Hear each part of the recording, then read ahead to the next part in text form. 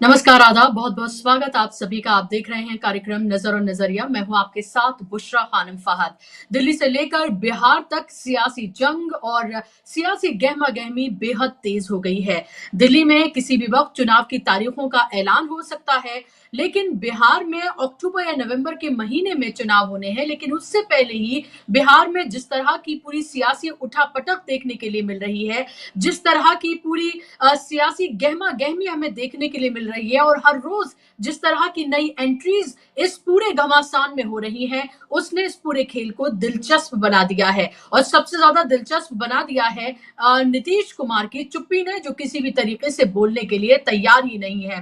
पूरा social media से लेकर digital platform, main stream media Nitish Kumar की खबरों से भरा पड़ा है। लेकिन एक नीतीश कुमार है कि अपनी चुप्पी खोलने के लिए तैयार ही नहीं है। और इसीलिए बार बार कहा जा रहा है कि नीतीश कुमार जब जब खामोश होते हैं तो वो कुछ बड़ा करते हैं। और अब इसमें एंट्री होने जा रही है राहुल गांधी की। जी हां, बताया जा रहा है कि 18 तारीख को यानी कि 18 जनवरी को राहुल गांधी पटना जाने वाले हैं। आखिर राहुल गांधी पटना क्यों जा रहे हैं? वो किससे मुलाकात करेंगे? क्या नीतीश कुमार से उनकी मुलाकात होगी? क्या कांग्रेस और जेडीयू के बीच में कुछ पक रहा है? इस तरह की तमाम खबरें मीडिया जगत में फैल रही हैं। ये भी कहा जा रहा है कि नीतीश कुमार कांग्रेस के साथ बेहद कंफर्टेबल हैं, कांग्रेस जेडीयू के साथ बेहद कंफर्टेबल है। और ये भी हो सकता है कि जिन पॉसिबिलिटीज की बात हो रही है कि नीतीश कुमार बीजेपी छोड़कर आरजेडी के साथ चले जाएं, यानी कि महागठबंधन जिसमें कांग्रेस भी शामिल है, उसमें चले जाएं। उसके अलावा एक और खबर यह भी है कि ऐसा भी हो सकता है कि आरजेडी अलग से चुनाव लड़े और कांग्रेस और जेडीयू साथ मिलकर चुनाव लड़े। इस तरह की खबरें भी कही जा रही हैं, क्योंकि कहा जा रहा है कि ऐसे में नीतीश कुमार बड़े भाई की भूमिका इसमें निभा पाएंगे। नीतीश कुमार की वो ख्वाहिशात भी पूरी हो सकेंगी जिसके लिए उन्होंने खामोशी इख्तियार की हुई है। और कांग्रेस को भी शायद आरजेडी से ज्यादा नीतीश कुमार सीटें देने के लिए तैयार हो जाए। ये सिर्फ कयास हैं, ये सिर्फ वो खबरें हैं जिसको लेकर लगातार बाजार गर्म है खबरों का। और बिहार में अक्टूबर नवंबर में चुनाव है, लेकिन सियासत अभी से ही तेज हो गई है और राहुल गांधी की एंट्री से इसमें और ज्यादा इजाफा हो गया है। आज कांग्रेस की तरफ से एक प्रेस कॉन्फ्रेंस की गई और उस प्रेस कॉन्फ्रेंस में एक बार फिर से संविधान और लोकतंत्र को बचाने का मुद्दा और अमित शाह की तरफ से बाबा साहब भीमराव अंबेडकर को दी गई अपमानजनक टिप्पणी को लेकर एक बार फिर से उस मुहिम को तेज करने की बात कही गई, जो जिसको लेकर लगातार कांग्रेस आगे बढ़ रही है। बेलगावी का वो आपको अधिवेशन याद होगा, उस वक्त पूर्व प्रधानमंत्री डॉक्टर मनमोहन सिंह का निधन हो गया था, जिसके बाद इसमें बीच में विराम हुआ था। लेकिन अब फिर से इस पूरी मुहिम को शुरू किया जा रहा है। जिला स्तर पर छोटी छोटी सभाएं की जाएंगी और 26 जनवरी के दिन एक बड़ी सभा की जाएगी, एक बड़ी रैली की जाएगी मध्य प्रदेश के महू में, जो कि बाबा साहब भीमराव अंबेडकर का जाए पैदाइश है, यानी कि वहां पर उनका जन्म हुआ था। और वहां से इस मुहिम में एक तरह से फिर से धार दी जाएगी, छोटी छोटी सभाएं और उसके बाद एक बड़ी रैली की जाएगी कांग्रेस की तरफ से। इससे पहले मैं आपको ये समझाऊं कि इसका कनेक्शन कैसे बिहार से जुड़ा हुआ है और कैसे दिल्ली इलेक्शन से जुड़ा हुआ है और कैसे राहुल गांधी की भूमिका इसमें बेहद अहम हो जाती है। मैं आपको सुनवाना चाहूंगी पवन खेड़ा ने क्या कुछ कहा है। पार्लियामेंट में आपने सुना, प्रियंका जी ने बड़ी अच्छी एक बात कही, संविधान है ये, संघ का विधान नहीं है। तो संविधान के आधार पर ही सरकारें चलेंगी, संविधान के आधार पर ही ये देश चलेगा। आप मुंह में संविधान और बगल में मनुस्मृति लेकर नहीं घूम सकते, या तो संविधान है या मनुस्मृति है। तो ये इनको हम एक्सपोज करेंगे कि किस तरीके से आप ना केवल दलितों और आदिवासियों के साथ अन्याय करते हुए आप सरेआम पकड़े जाते हो, SC ST एट्रोसिटी जो एक्ट है उसको आप कमजोर करते हुए पाए जाते हो, लेकिन आप संविधान के जो मूल्य हैं जिसके आधार पर विपक्ष की एक भूमिका है, आप उस पर भी हमला बोलते हो। कैसे आप विपक्ष के नेताओं को गिरफ्तार कर देते हो, उन पर एजेंसीज छोड़ देते हो, कैसे आप संवैधानिक संस्थाओं को कमजोर करने में कोई कसर नहीं छोड़ते। वो चुनाव आयोग हो, वो सेबी हो, वो CAG हो, ऐसे अनेक उदाहरण हम आपको लगातार देते आए हैं कि ये लोग संवैधानिक संस्थाओं के, लोकतांत्रिक संस्थाओं के पूरी तरह से खिलाफ हैं। तो बाबा साहब अंबेडकर को सिर्फ मुंह से अपमान करना एक बात होती है, वो छोटी बात नहीं होती, वो बहुत बड़ी बात है। लेकिन साथ ही साथ बाबा साहब अंबेडकर के जो संविधान हैं और उस संविधान के आधार पर जो बनी हुई संस्थाएं हैं, उन पर भी आप कुठाराघात करते हो, उन पर भी आप हमले बोलते आए हो, तो ये बर्दाश्त नहीं होगा। इसके खिलाफ आंदोलन शुरू हो चुका है। तो आंदोलन शुरू हो चुका है। जय भीम, जय बापू और जय संविधान के नाम से अभियान शुरू हुआ है। आज इसका पैम्फलेट जो है वो कांग्रेस की तरफ से जारी किया गया है। हम आपको ये भी बता दें कि दिल्ली में तो चुनाव की तारीखों का ऐलान किसी भी वक्त हो ही जाएगा और इस सब में भी ये मुद्दा बेहद गर्म होता हुआ नजर आ रहा है। नीतीश कुमार की मुश्किल यही है। नीतीश कुमार का जो वोट बैंक है वो है महादलित, दलित, पिछड़ा, अति पिछड़ा, ओबीसी और जो अगड़ा है वो तो बीजेपी का वोट बैंक ज्यादा माना जाता है और पसमानदा मुसलमान। ऐसे में संविधान को बचाने का ये मुद्दा, बाबा साहब भीमराव अंबेडकर के अपमान का ये मुद्दा काफी बड़ा बनता हुआ नजर आ रहा है और ऐसे में नीतीश कुमार की चुप्पी इस पूरे मामले पर भी ये बताती है कि इसको लेकर वो असहज है। हालांकि विचारों की अहमियत आज की इस सियासत में बेहद कम रह गई है, लेकिन फिर भी अगर वो जनता के बीच में तब जाएंगे तो आखिर किस मुंह से जाएंगे, किन मुद्दों को लेकर जाएंगे, ये नीतीश कुमार को बेहद ये चीजें सता रही हैं। और इस सब में संजय राउत ने, शिवसेना के जो एमपी है संजय राउत, उनका एक दावा इस सब को और ज्यादा पुख्ता करता है। संजय राउत ने मीडिया से बात करते हुए ये कहा है कि जो नीतीश कुमार हैं उनके 10 सांसद बीजेपी के संपर्क में हैं। बीजेपी ने उनसे संपर्क साधा हुआ है, किसी भी वक्त ये 10 सांसद टूटकर बीजेपी में जा सकते हैं और इसीलिए नीतीश कुमार बेहद परेशान है। मैं टीम से कहूंगी अगर वो बाइट हो तो वो सुना दे, लेकिन मैं आपको फिर भी बता दूं कि संजय राउत ने ये बड़ा दावा करके एक तरह से सियासी खलबली जरूर मचा दी है। उनका ये कहना कि 10 सांसद उधर जा सकते हैं, तो आप ये समझिए कि क्या ऐसी पार्टी जो कि इलेक्शन से पहले उनकी पार्टी को तोड़े, क्या ऐसे में नीतीश कुमार बीजेपी के साथ जाएंगे? यही तो $1 मिलियन का सवाल है जो सामने उभर कर आ रहा है और नीतीश कुमार को यह भी पता है कि ये उनकी आखिरी सियासी पारी है और ऐसे में इस पारी को वो फुल ऑन खेलना चाहते हैं और जाहिर सी बात है कि वो चाहेंगे कि वो मुख्यमंत्री बने रहें, उनको उनका ही चेहरा हो। और बीजेपी इस बात पर आश्वस्त करने के लिए तैयार नहीं है। ये तो कह रही है कि नेतृत्व में चुनाव लड़ा जाएगा, लेकिन वो ये कहने के लिए तैयार नहीं है कि मुख्यमंत्री नीतीश कुमार को ही बनाया जाएगा। और अमित शाह का वो बयान जिसका बार बार जिक्र होता है, जो पार्लियामेंट्री बोर्ड तय करेगी कौन होगा चेहरा, ये तमाम बातें नीतीश को सता रही हैं और इसीलिए अब ये कहा जा रहा है कि नीतीश कुमार किसी भी वक्त पलटी मार सकते हैं। और ऐसे में कांग्रेस की तरफ से उठाया गया ये मुद्दा और राहुल का 18 तारीख को पटना जाना, इस सब में कहीं ना कहीं ये जरूर बताता है कि कुछ तो है जो अंदर इस तरह से पक रहा है, जिस पर नीतीश कुमार ने चुप्पी साधी हुई है। नीतीश कुमार की और तेजस्वी यादव की वो तस्वीर जिस पर तेजस्वी यादव हाथ जोड़ते हैं, नीतीश कुमार उनके कंधे पर हाथ रखते हैं, दोनों मुस्कुराते हैं और एक तरह से आंखों में ऐसा लगता है कि कुछ ऐसी बात जरूर हुई है जो उनकी पूरी बॉडी लैंग्वेज में एक सहजता जो है वो पैदा करती है।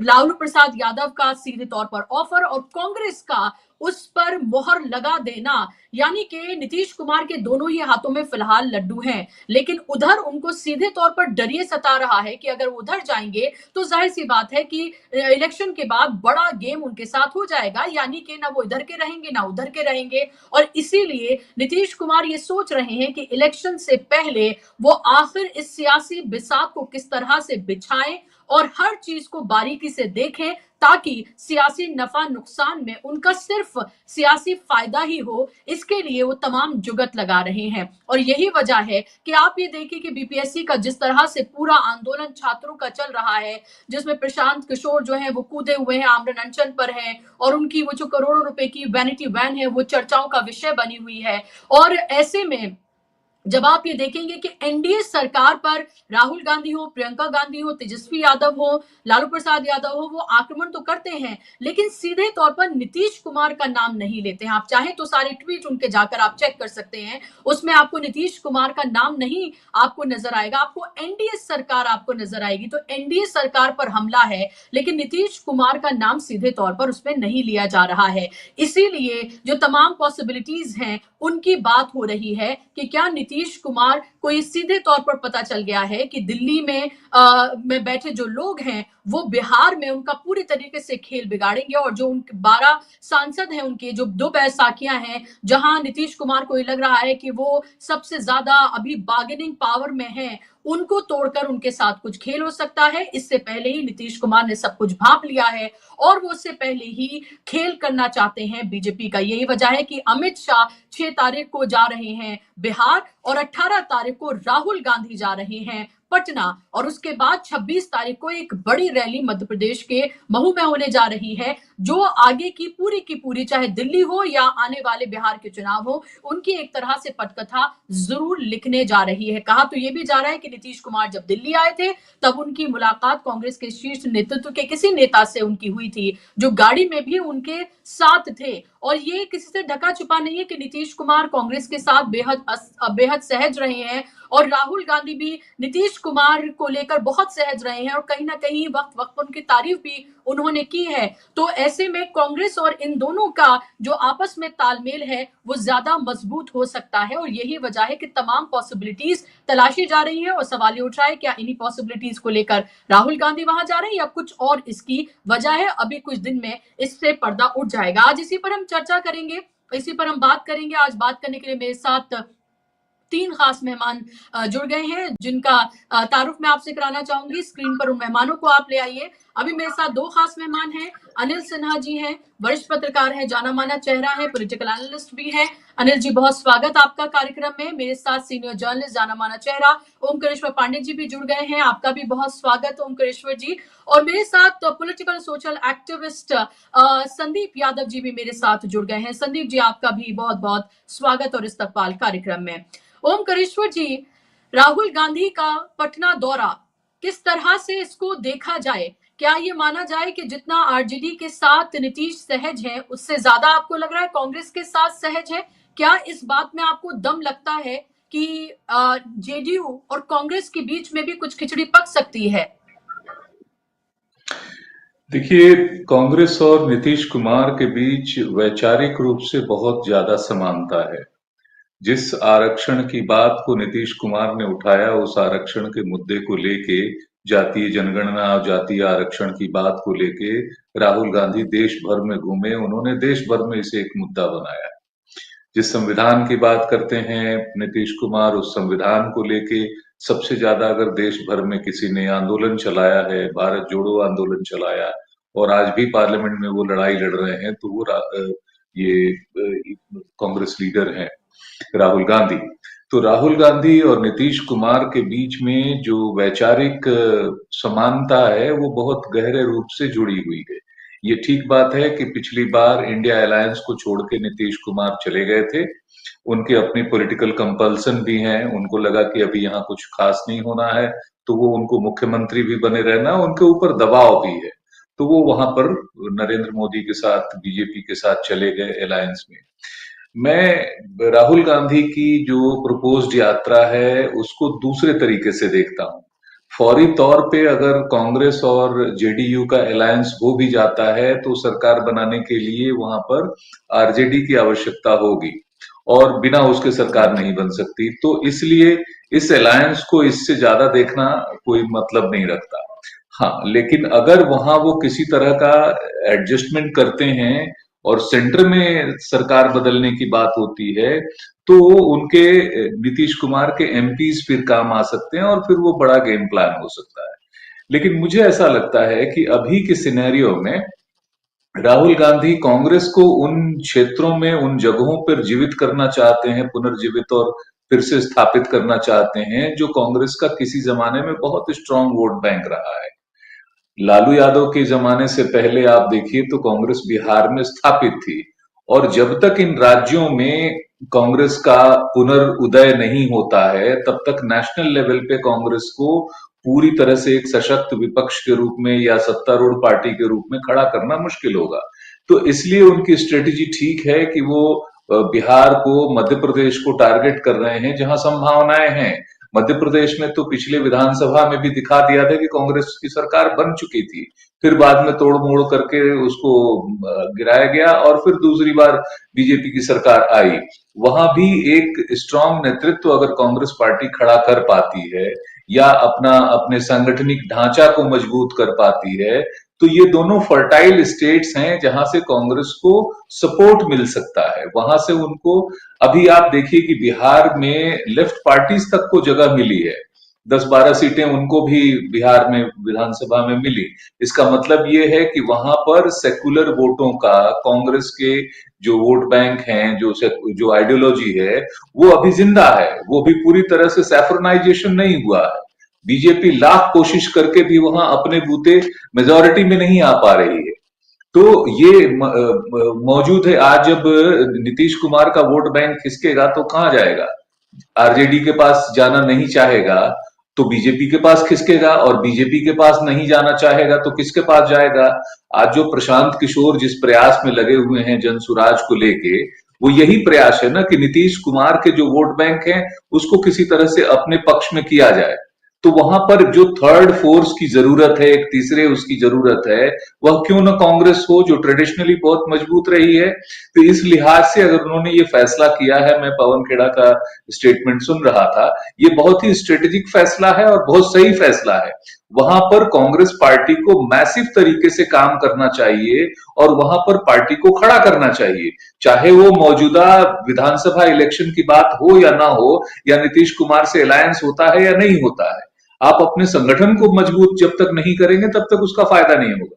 तो चाहे वो बिहार में उनकी प्रश्न हो या वहां की यात्रा का प्रश्न हो, भोपाल में, मध्य प्रदेश में, मुझे लगता है कि दोनों एक जरूरी कदम है जो कांग्रेस पार्टी उठा रही है।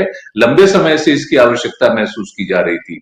जहां तक नीतीश कुमार के अगले स्टेप्स का सवाल है और बिहार की पॉलिटिकल इनस्टेबिलिटी के सिनेरियो का सवाल है, ये पिछले 2-3 हफ्ते से गरमाया है। जब बिहार में इन्वेस्टर्स मीट हो रहा था तो इनके दोनों डिप्टी सीएम तो गए, ये नहीं गए। नीतीश कुमार मुख्य अतिथि थे लेकिन नहीं गए। उसमें 1 लाख करोड़ से ज्यादा के जो एमओयूज वगैरह कुछ साइन हुए, वहां पे अडानी ग्रुप भी पहुंचा हुआ था, तो नहीं गए। नहीं जाने के पीछे वजह क्या है कि एक टेलीविजन डिबेट में जब अमित शाह से पूछ लिया गया कि भाई बिहार का अगला मुख्यमंत्री कौन होगा और क्या आप इसी फेस पे लड़ेंगे, तो उन्होंने उसका गोलमोल जवाब दिया। जवाब ये दिया कि इस तरह के फैसले हम पब्लिकली ऐसे अनाउंस नहीं करते हैं, हमारी डिसिप्लिन पार्टी है और हम पार्लियामेंट्री बोर्ड में डिसाइड करेंगे। यानी आपने एक ग्रे एरिया छोड़ दिया कि अब पार्लियामेंट्री बोर्ड डिसाइड करेगा कि हमारा बिहार में मुख्यमंत्री का फेस कौन हो। ये बात उनको बुरी लगी है नीतीश कुमार को। इसके बाद से आप डेवलपमेंट्स देखिए कि 21 तारीख को उनका जो ट्वीट आता है बिहार का, उनके हैंडल से कि नीतीश कुमार सबके हैं। अगले दिन का ट्वीट उनका कहता है कि जब बात हो बिहार की तो बात हो नीतीश कुमार की। तो नीतीश कुमार का, यानी कि वो असर्ट कर रहे हैं कि अगर आप बिहार की बात करते हैं तो नीतीश कुमार को ही चेहरा बनाना पड़ता है। तो अब टॉप लेवल से तो इसका कोई वो नहीं आया, लेकिन तीसरे दिन 23 दिसंबर को जब इन्होंने यहाँ पर हरियाणा में मीटिंग की, बीजेपी लेजिस्लेचर पार्टी की, सूरजकुंड में या उसके आसपास, तो उसमें बीजेपी के नेताओं ने ये जरूर कहा कि हम लोगों ने यूनानिमसली फैसला किया है कि हमारे अगले चेहरे के तौर पर नीतीश कुमार होंगे। लेकिन ये पार्टी के लोग कह रहे हैं, जब तक टॉप लीडर नहीं कहता, प्राइम मिनिस्टर नहीं कहते और खासतौर से होम मिनिस्टर नहीं कहते, जो कि सारे फैसले करते हैं ऐसे मसलों में, तब तक इसका कोई मायने नहीं रहे। इसके तुरंत बाद बीजेपी के एक और नेता ने ये कह दिया कि अटल जी का सपना तभी पूरा होगा जब तक बिहार में बीजेपी की सरकार नहीं आएगी। फिर उसके बाद उन्होंने उसका खंडन स्वयं किया।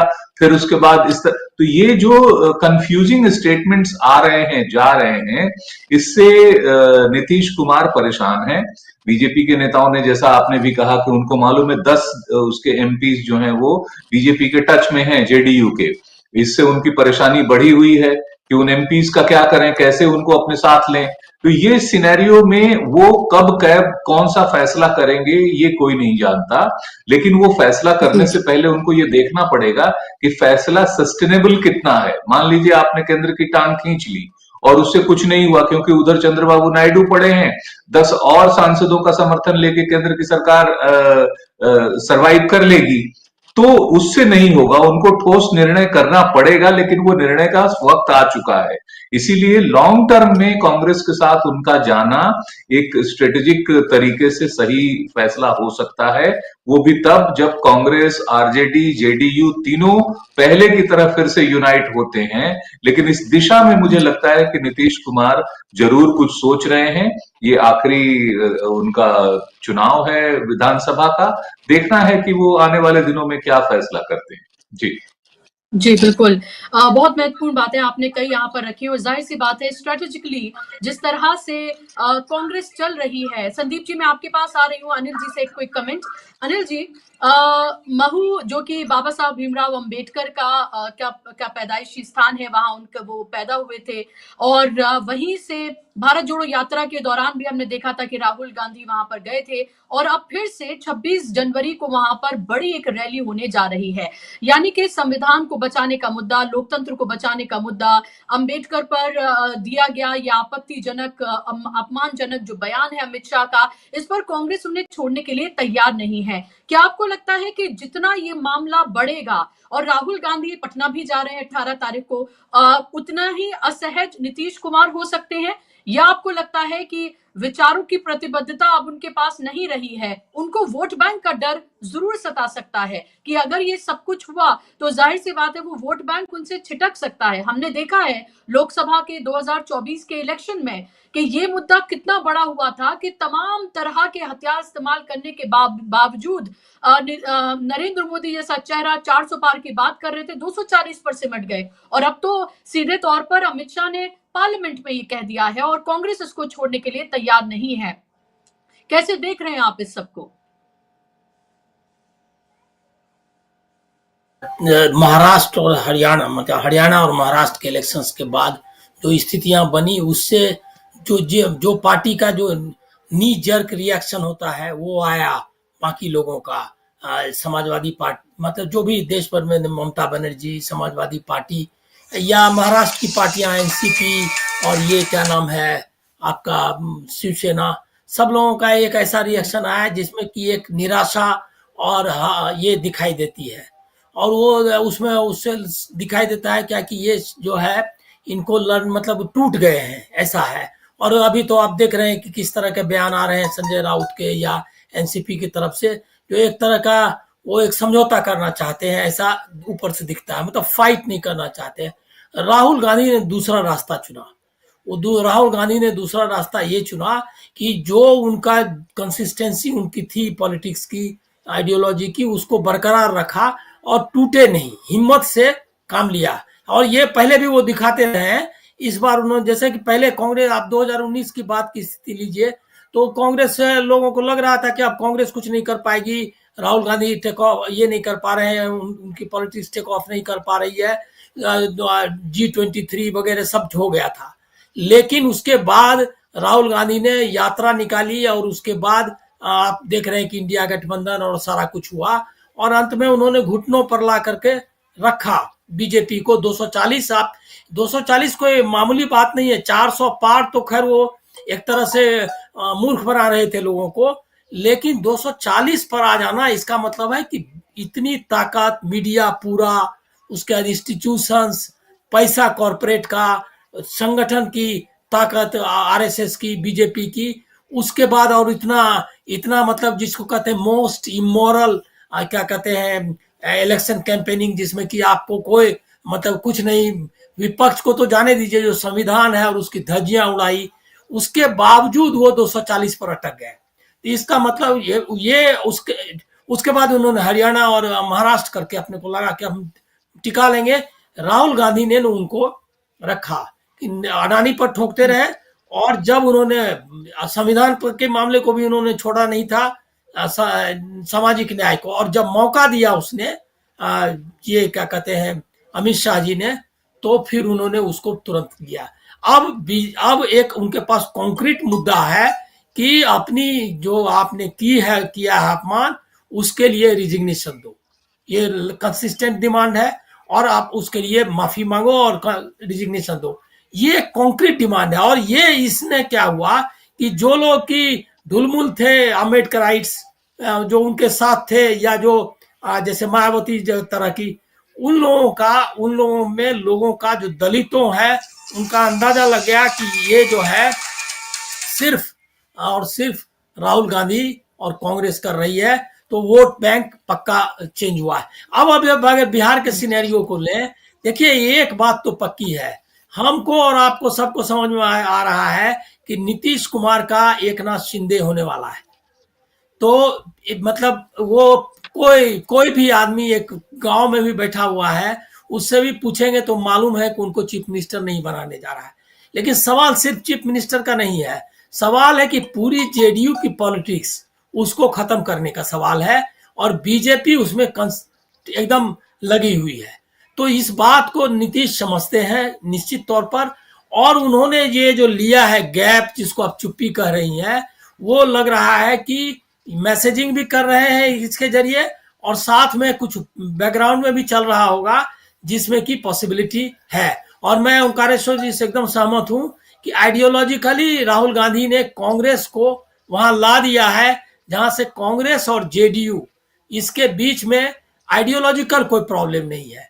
जाति जनगणना हो, चाहे संविधान का इशू हो, और ब्रॉडली कभी भी सेकुलरिज्म, मतलब वो शिवसेना नहीं है। जेडीयू और शिवसेना में फर्क आप समझ लीजिए। शिवसेना अपने को हिंदुत्व की ताकत मानती रही है, और कभी उसने कहा कि हमने हिंदुत्व नहीं छोड़ा है, जबकि ये एक सेकुलर फोर्स है, और सेकुलरिज्म में इन्होंने कभी नहीं कहा कि हमको भाई अब सेकुलरिज्म नहीं चाहिए, हिंदुत्व को तो समर्थन करना ही पड़ेगा, सावरकर के समर्थन में खड़े हो गए, ये सब नहीं कर रहे। तो इससे ये जो अंतर है, जो आइडियोलॉजिकल जो गैप था, और ये आप एक लाइन और मैं इसमें जोड़ना चाहूंगा कि ये आइडियोलॉजिकल गैप कांग्रेस की पॉलिटिक्स में बहुत लंबे समय से डिमांड कर रही थी कि कांग्रेस अपना सोशल जस्टिस के बारे में, अंबेडकर के बारे में एक नए ढंग से अपने को पेश करे। तो उसका पूरा नॉर्थ इंडिया इसी में खत्म हो गया।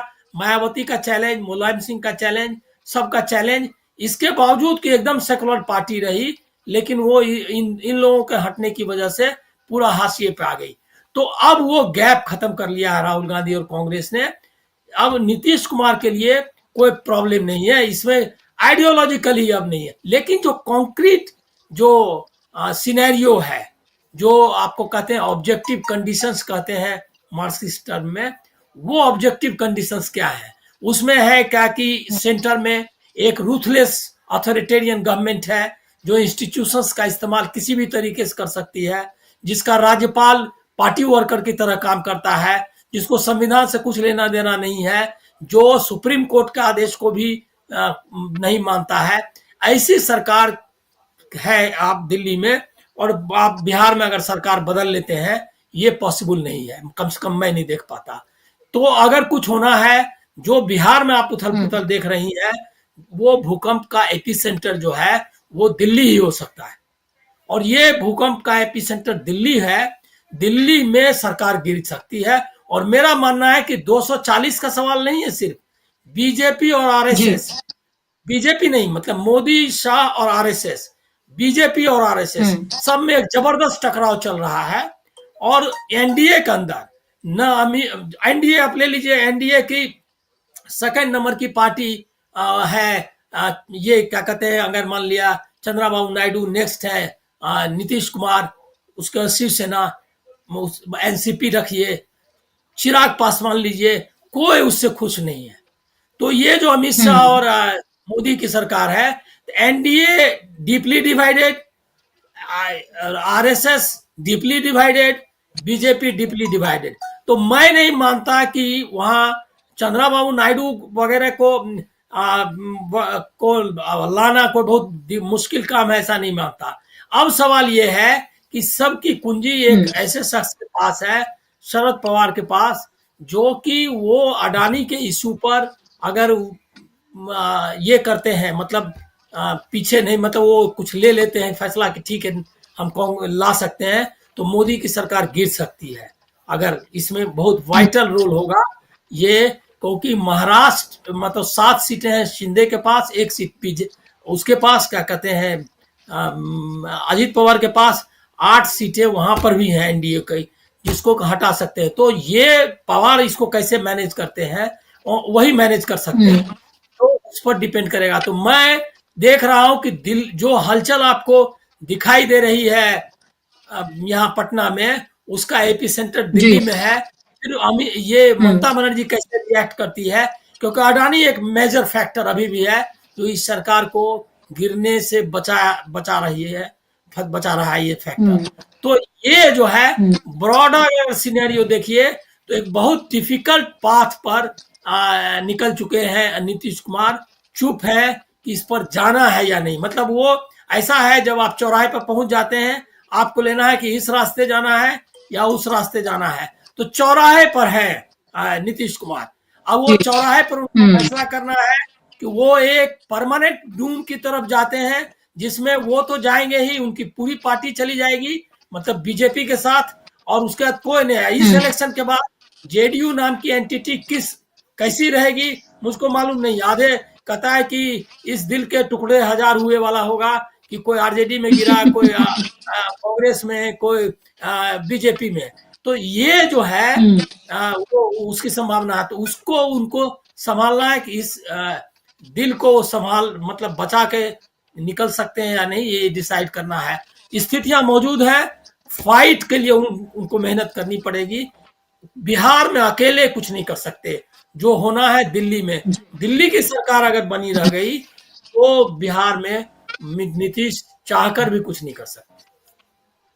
बहुत इंपॉर्टेंट बात कही है आपने कि जो कुछ होना है वो दिल्ली से डिसाइड होना है। दिल्ली है एपिसेंटर, और जेडीयू पार्टी बनी रहती है इस इलेक्शन के बाद या नहीं, नीतीश की स्थिति क्या होती है, नीतीश बने रहेंगे या नहीं, ये सब कुछ तय होने जा रहा है दिल्ली से। क्योंकि ये संदीप जी, ये बहुत अच्छे से पता है नरेंद्र मोदी को कि जब तक जेडीयू है तब तक अपने दम पर सरकार तो नहीं बना पाएंगे बिहार में बीजेपी, जिसका ख्वाब वो लगातार देख रहे हैं। और अब ऐसे में अगर तमाम तरह की सियासी गहमा गहमी बिहार से ही देखने के लिए मिल रही है, नीतीश कुमार के पास ऑप्शंस तो बहुत हैं, लेकिन वो किस ऑप्शन को चुनते हैं, क्या ये इससे डिसाइड होगा कि दिल्ली की सरकार गिरती है या फिर नहीं?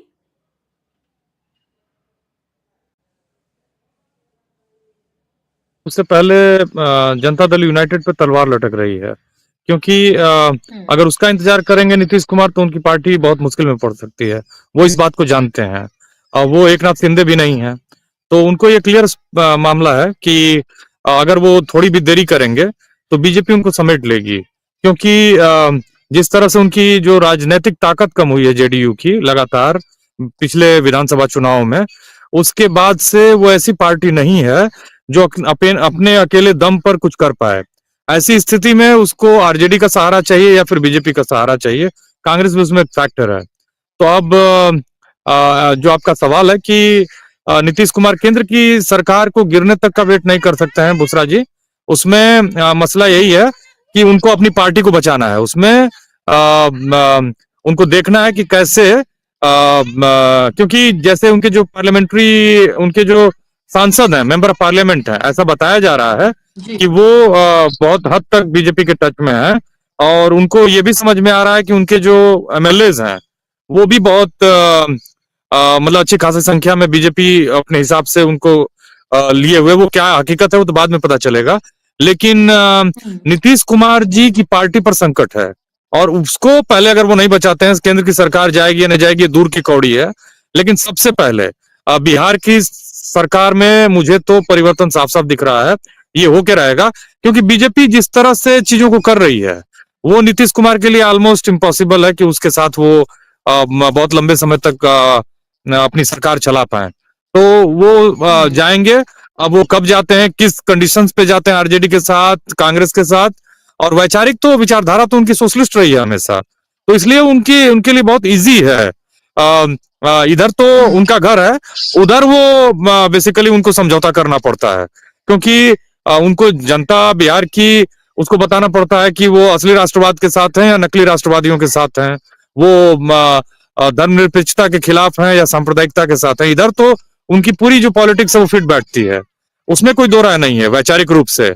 लेकिन जो ये मसला है कि बीजेपी के साथ वो कितना खींच पाते हैं, मुझे नहीं लगता है कि ये ज्यादा लंबा चलने वाला है। जितना लंबा जाएगा उतना जेडीयू को नुकसान होगा।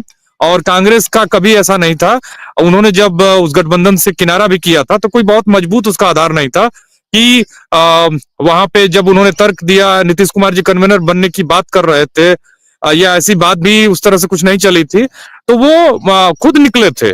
और इसलिए जब अगर आते हैं वो आरजेडी के साथ या कांग्रेस के साथ, तो उनकी जो राजनीति है वो कमजोर होनी है, हल्की होनी है, और वो लगातार दिनों दिन हल्के होते जा रहे हैं। और ये जो उनका राजनीतिक रूप से हल्का होना है वो कहीं ना कहीं आरजेडी और कांग्रेस के लिए एक रास्ता तय कर रहा है। जी जी।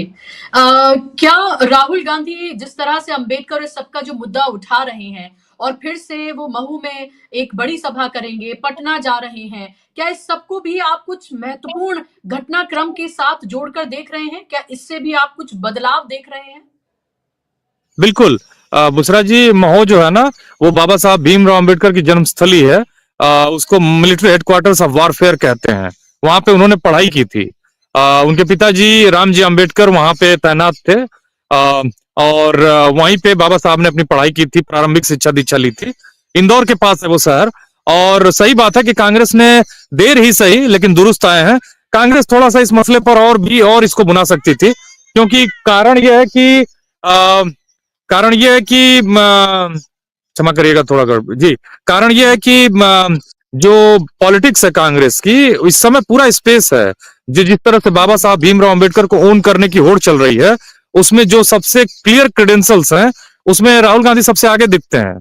और उसका कारण यह है कि वो बाबा साहब के जो दिखाए हुए रास्ते, जो सामाजिक न्याय का मसला है, जो समता का मामला है, उसमें वो एक राजनेता के रूप में दिखते हैं जो सबसे ज्यादा क्लैरिटी के साथ आगे बढ़ रहे हैं। उसी का डिस्कोर्स है, उसी का नैरेटिव है कास्ट सेंसस, जिससे भारत के अल्पसंख्यकों को, वंचितों को, SC ST और OBC जो एक बड़ा तबका है, उसको न्याय इंश्योर होगा।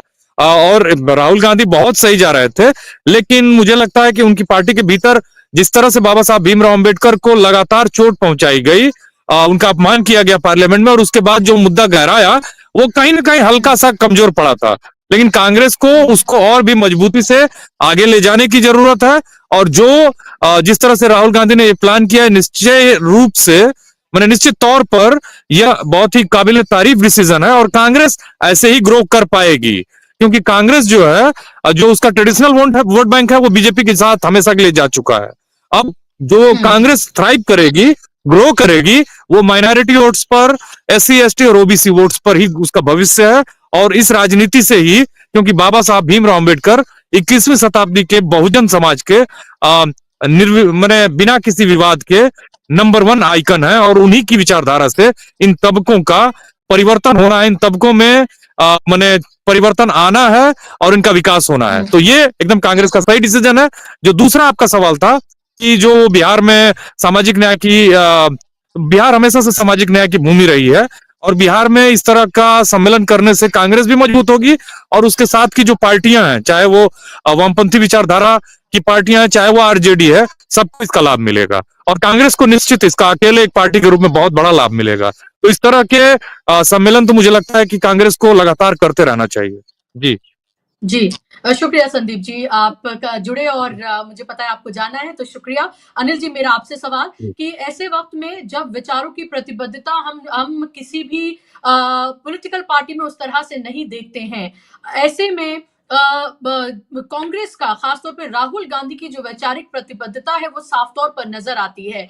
जय भीम, जय संविधान, जय बापू का नारा सबको एक साथ लेकर चलना। आपने ये भी देखा होगा कि बाबा साहब भीमराव अंबेडकर को लेकर तो कोई हिम्मत नहीं कर सकता कि किसी भी तरह के कोई इस तरह की जबान का इस्तेमाल करे, और यही वजह है कि अमित शाह ने जब किया तो बवाल हो गया। लेकिन हम ये देखते हैं कि बापू के इस देश में जो गांधी के सिद्धांतों से चलता है, उनको लेकर बहुत ज्यादा आपत्तिजनक बातें कही गई हैं, बापू को लेकर कही गई हैं। गोडसे को मानने वाले जो हैं वो जाहिर सी बात है किस तरह की बातें करते हैं वो सब हम ये देख रहे हैं। क्या आपको लग रहा है कि ये जो मुद्दा उठ रहा है अब, और जिसको कांग्रेस किसी भी कीमत पर, या मैं सीधे तौर पर कहूंगी राहुल गांधी किसी भी कीमत पर छोड़ने के लिए तैयार नहीं है, एक ऐसी जगह लेकर आ गए हैं राहुल गांधी कांग्रेस पार्टी को जहां उसे होना ही चाहिए था, जहां से वो बीच में डगमगा गई थी। क्या आपको लग रहा है ऐसे में तमाम पार्टियों का कांग्रेस के अम्ब्रेला में आना ज्यादा आसान होगा, और ये दिल्ली और बिहार के पर्सपेक्ट में ज्यादा देखना जाना चाहिए क्योंकि वहां चुनाव है। यानी देखिए ये क्या है, ये आपको ये मैंने पहले भी कहा और मैं दोहराऊंगा कि ये कांग्रेस की पॉलिटिक्स में एक बहुत बड़ा गैप था। गैप ये था कि जो देखिए वो ये तो प्रचार है कि अपमान किया कांग्रेस, आप उसका उसकी पृष्ठभूमि समझनी चाहिए। कांग्रेस में नहीं थे बाबा साहेब अम्बेडकर, उनकी अपनी पॉलिटिकल पार्टी थी, और वो जो है कांग्रेस के खिलाफ इंडिपेंडेंस स्ट्रगल में भी उनके खिलाफ थी। लेकिन उसके बाद भी उस कांग्रेस ने कांग्रेस की सीट से उनको जिता करके कॉन्स्टिट्यूएंट, जब उनकी सीट चली गई थी, जब वो जीत करके आए थे तो वो सीट चली गई पाकिस्तान में, तो उस सीट से जब उस सीट से उनको लाया कांग्रेस ने, उसके बाद सिर्फ लाया नहीं जिता करके, कांग्रेस ने उनको ड्राफ्टिंग कमेटी का चेयरमैन बनाया, और आप आज संविधान देख रहे हैं। और इस संविधान को बनाने जो कॉन्स्टिट्यूएंट असेंबली के जो प्रोसीडिंग्स हैं उसको आप देखेंगी तो आपको पता चलेगा कि संविधान जो है बनाने में उनकी कितनी मदद की कांग्रेस ने, जवाहरलाल नेहरू ने, सरदार पटेल ने कॉन्क्रिटाइज करने को कि हिंदुस्तान कैसा होगा, सेकुलर होगा, डेमोक्रेटिक होगा, इक्वलिटेरियन होगा, मतलब सोशलिस्टिक जिसको आप कहते हैं, और जो हजारों साल की विषमताएं हैं समाज की उसको खत्म करना है। ये कंसेंसस था अंबेडकर और नेहरू में। नेहरू बाद में हिंदू कोड बिल या जो भी उनकी अलग पॉलिटिक्स थी। कांग्रेस अंततः एक अपर कास्ट डोमिनेटेड पार्टी थी उस समय, और वो इसमें अनकंफर्टेबल थे। अंबेडकर ये रियलिटी है, और इससे अंबेडकर सिर्फ नहीं थे बल्कि बहुत सारे लोग निकल करके गए जो डॉक्टर लोहिया के साथ गए और सामाजिक न्याय की बात की। तो बहुत उसमें वो एक नेचुरल पॉलिटिकल प्रोसेस का तहत हुआ, उसमें कोई अपमान वगैरह की बात नहीं है। वो कांग्रेस के विरोध में थे, कांग्रेस ने उनको जो हराया, वो उस समय अंबेडकर एक पॉलिटिकल पार्टी में, आज भी कोई भी जो है दलित का नेता हो, कोई भी है पॉलिटिकल पार्टी में अगर अलग है तो उसको पॉलिटिकली फाइट करेगा ही ना। उसमें ये तो अपमान वगैरह की बात, ये नॉनसेंस है। तो ये नॉनसेंस इन्होंने चलाया, और कांग्रेस में एक खराबी ये रही कि जो अंबेडकर की पॉलिटिक्स से जो ऊर्जा जनरेट हुई उसको अपने में समेटने में नाकामयाब रही। उसके पास दलित का इतना बड़ा वोट था, एक समय में था कि दलित उनके साथ थे, उन दलित वोट बैंक पूरा था, लेकिन उसको वो इंटैक्ट नहीं, उसका सामाजिक न्याय की ताकत उनसे अलग हो गई। तो ये जो गैप जो था, उसके बाद भी कांग्रेस ने कोई ऐसा प्रोएक्टिव या एक आइडियोलॉजिकल चेंज नहीं किया था जिसकी वजह से इनको लाया जा सके। राहुल गांधी का कंट्रीब्यूशन कांग्रेस की हिस्ट्री में यही माना जाएगा। उन्होंने ये जो बिग गैप था गांधी की पॉलिटिक्स और अंबेडकर की पॉलिटिक्स, उसको जोड़ने का काम किया। आज वो जो जय बापू और जय भीम का नारा है और जय संविधान, ये नारा है उस पॉलिटिकल जो सोशल जस्टिस की पॉलिटिक्स का मैरिज होना कांग्रेस की पॉलिटिक्स से। और ये एक बहुत बड़ी पॉलिटिक्स। आप कह रहे थे कि कंफर्टेबल है कि नहीं जो ये है जो आएंगे पार्टीज, आइडियोलॉजिकली उनको कोई प्रॉब्लम नहीं है। उनको प्रॉब्लम ये होगा कि कांग्रेस की पॉलिटिक्स को अगर पूरी तरह से सोशल जस्टिस को एक्सेप्ट करते हैं तो उनका वोट बैंक कांग्रेस के साथ जाने का डर है। ये डर समाजवादी पार्टी को भी सता रहा है। वो वहां पर जो सेकुलर वोट है मुसलमानों का, ममता बनर्जी को सता रहा है। उनको लगता ये है कि अगर ये कांग्रेस लीड करेगी तो ये वोट बैंक उनसे खिसक जाएगा, और उन्होंने जो कांग्रेस की कमी की वजह से जो जगह बनाई है वो खत्म हो जाएगी। तो वो उनकी चिंता है। लेकिन वो दबाव ऐसा है कि वो जो पॉलिटिक्स का दबाव है कि सामाजिक न्याय की शक्तियां या दलित या मुसलमान, ये कांग्रेस से अलग किसी फॉर्मेशन में आप जिंदा नहीं रह सकते। ये भी एक सच्चाई है। तो आपको ऐसे तरीके निकालने हैं, कांग्रेस से कॉम्पीट करके आप इस मामले में आप नहीं जीत सकते, क्योंकि कांग्रेस अब वो कांग्रेस नहीं है जो कांग्रेस ब्राह्मणों का या अपर कास्ट की पार्टी थी। वो अब चला गया बीजेपी में। अब ये इन्हीं लोगों की पार्टी है। अब इसको आप किसी भी तरीके से नकार नहीं सकते। तो आपको कैसे एडजस्ट करना है ये आपका है। जेडीयू का मामला ऐसा है उनके लिए वो एडजस्ट करना आसान है, क्योंकि उन्होंने लंबे समय तक एक अति पिछड़ों की राजनीति की, वो सोशल जस्टिस के फोर्सेस से बाहर रह गया। उसको अगर वो कांग्रेस के साथ जोड़ लेते हैं तो ये एकदम पॉसिबल है। लेकिन लोग भले माने ना माने, दिल्ली में अगर सरकार रहेगी, नीतीश चाहकर नीतीश की पार्टी भी टूट जाएगी, चली जाएगी, उनके सांसद भी निकल जाएंगे, उनके पास एमएलए भी बहुत कम रहेंगे। अगला साल आते आते नीतीश के लिए उधर प्रशांत किशोर को भी लगा रखा है उसने, तो उनको पैदल कर देंगे ये। और नीतीश ये बात को समझते हैं। उनके साथ दिक्कत जरूर है कि उनके सारे सिपा सालार प्रो बीजेपी है, इसीलिए उनको डिसीजन लेना इतना आसान नहीं रहेगा, लेकिन वो ले सकते हैं। क्योंकि जब उन्होंने आरसीपी जैसे लोगों को निकाल दिया, जो कि उनका एकदम मतलब अपना आदमी था, तो ये काम ये पहले भी करते रहे। जॉर्ज फर्नांडिस को एक समय उन्होंने धक्का दे दिया, शरद यादव को का साथ छोड़ दिया उन्होंने। तो नीतीश का जो बैकग्राउंड है उसमें डिसीजन वो अपने तरीके से लेते हैं, वो बाकी चीजों की परवाह नहीं करते हैं। लेकिन अब अगर तब के नीतीश में फर्क है, नीतीश का वोट बैंक लगातार कम हुआ है, उनकी अपनी क्रेडिबिलिटी भी कम हुई है, तो उनको लेने में दिक्कत है। लेकिन अगर वो कांग्रेस जैसे मजबूत किसी पार्टी के साथ अगर अपने को जोड़ते हैं और आरजेडी को अपने साथ जोड़ लेते हैं, तो उनके लोग भी कुछ नहीं कर पाएंगे। क्योंकि उनमें से आधे लोग चाहेंगे कि आरजेडी के साथ एडजस्ट हो जाए, कुछ लोग चाहेंगे कि कांग्रेस के साथ एडजस्ट हो जाए। बहुत कम लोग बचेगा। अगर उनको ऑप्शन मिलेगा कांग्रेस का, तो वो लोग प्रेफर करेंगे कांग्रेस को, क्योंकि वो उनके लिए आसान होगा, क्योंकि उससे उनको मुसलमान का वोट भी ले सकते, वो दलित का भी वोट ले सकते और अपनी कम्युनिटी का भी वोट ले सकते। लेकिन बीजेपी के साथ रह के न मुसलमान का वोट ले पाएंगे, अब दलित का वोट लेना भी मुश्किल होगा। तो इसीलिए जो एमएलए भी है वो भी आ सकता है। इनके लिए बेस्ट ऑप्शन है कि ये करें। लेकिन ये मेरा मानना है कि दिल्ली में अगर सरकार बनी रहेगी, तो आपको क्या लगता है आरिफ मोहम्मद खान जैसे शातिर राजनीतिज्ञ और जो कि पॉलिटिकल वर्कर से भी ज्यादा काम करने वाले हैं, वो तो उसको आइडियोलॉजिकल पैजामा भी पहना सकते हैं, जामा नहीं पैजामा कहूंगा मैं, तो वो जो है उसको वो पहना सकते हैं कि भाई ये तो इन्होंने ये रिजाइन किया देर से, या ये मामला है ग्राउंड पे ऐसा है। वो इसके लिए उनको लाया गया है। मुसलमानों को भी कंफ्यूज करेंगे, क्योंकि मुस्लिम ये गवर्नर के जरिए अगर आप नीतीश कुमार पर प्रहार करते हैं, तो आप आरोप भी नहीं लगा सकते कि हम पर जो है किसी मतलब ये क्या कहते हैं किया गया इस तरह का। उसका बैकग्राउंड एकदम अलग है। तो वो बहुत सोच समझ के उनको लाया गया है। बिहार की पॉलिटिक्स बहुत ही दिलचस्प और ट्रिकी हो गई है। अब उसको आप लोग वॉच कर सकते हैं। लेकिन मेरा अंदाजा है कि पॉलिटिकली जो पॉलिटिकल डायनेमिक्स है वो यही कह रहा है कि नीतीश को उससे हटना पड़ेगा।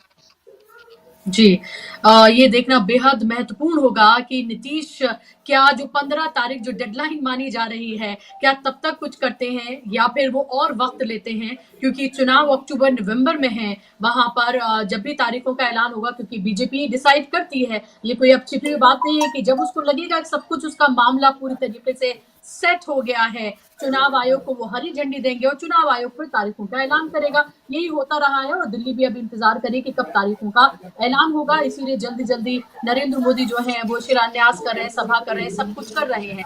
लेकिन नीतीश पर सबकी निगाहें इसलिए भी हैं क्योंकि बिहार ही नहीं, इससे देश की राजनीति भी चेंज होगी, दिल्ली की गद्दी भी चेंज हो सकती है। इसीलिए नीतीश महत्वपूर्ण है। और क्या राहुल की इसमें एंट्री से बहुत कुछ क्या बदलेगा, क्या इसमें एक सूत्रधार बनकर आ सकते हैं, ये भी देखना बेहद महत्वपूर्ण होगा आने वाले दिनों में। बहुत शुक्रिया अनिल जी, आपका समय देने के लिए, हमारे साथ जुड़ने के लिए बहुत धन्यवाद और शुक्रिया आप तमाम दर्शकों का भी इस कार्यक्रम का हिस्सा बनने के लिए। आज के इस कार्यक्रम में बस इतना ही। नमस्कार।